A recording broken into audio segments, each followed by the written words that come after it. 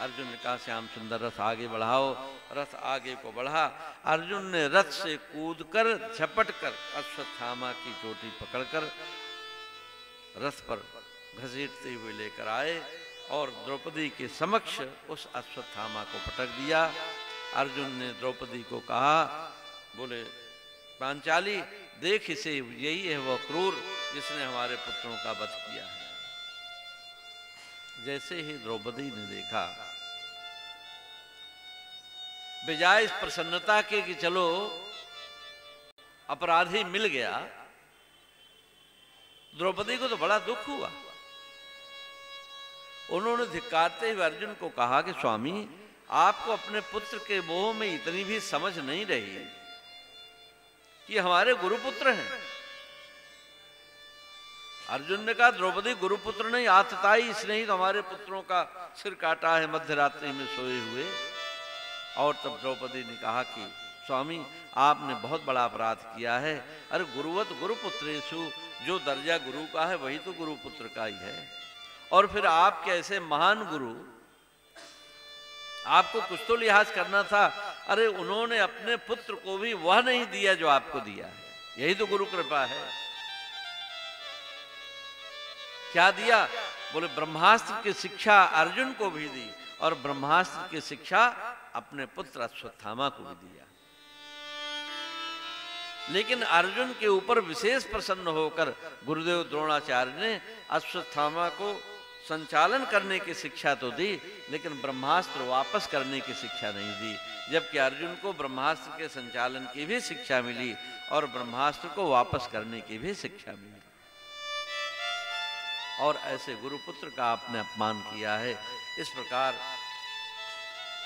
द्रौपदी आज धर्म की बातें कहकर और इन बातों से भगवान श्याम सुंदर श्री कृष्ण बड़े प्रभावित हुए। देखो, विपरीत परिस्थितियों में पालन किया हुआ कर्म ही तो धर्म है ना। लोग कई बार कह देते हैं कि आपत्ति काले मर्यादा नास्ति, तो ये सामान्य जनों की बात है। जब कोई समस्या आ जाए, अरे बोले यहां भाई धर्म कर्म को नहीं देखना, यहां तो किसी तरह जान बचाओ, है ना। लेकिन नहीं, शास्त्र ऐसा नहीं कहता। शास्त्र कहता धीरज धर्म मित्र अरुणारी, आपद काल परखिए चारी। आपत्ति काल में जो खड़ा रहे वही धर्म है ना।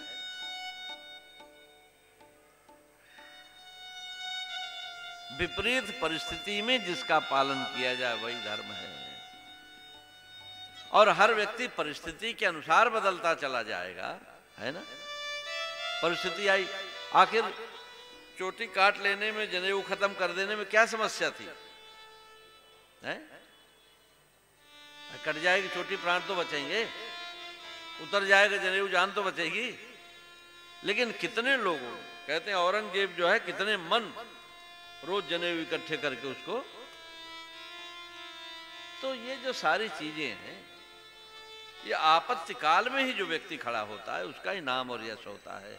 तो कितने लोगों ने अपने प्राण दे दिए, लेकिन न तो चोटी कटवाई और न ही अपना जनेऊ।